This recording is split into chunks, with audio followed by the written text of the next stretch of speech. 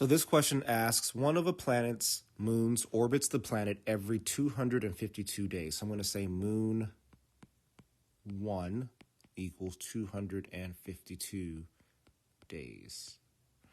The next sentence says a second moon orbits the planet every 287 days. So I'm going to say moon 2 is equal to 287 days. The next sentence says, how many more days does it take the second moon to orbit the planet 29 times than it takes the first moon to orbit the planet 29 times? So if we're finding how many more days it takes, then we know we're going to subtract. But we're not just subtracting 252 from 287.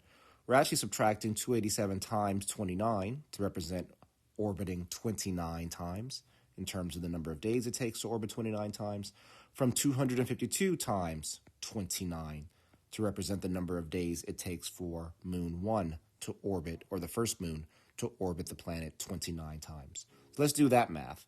So 287 times 29 is 8,323 in my calculator.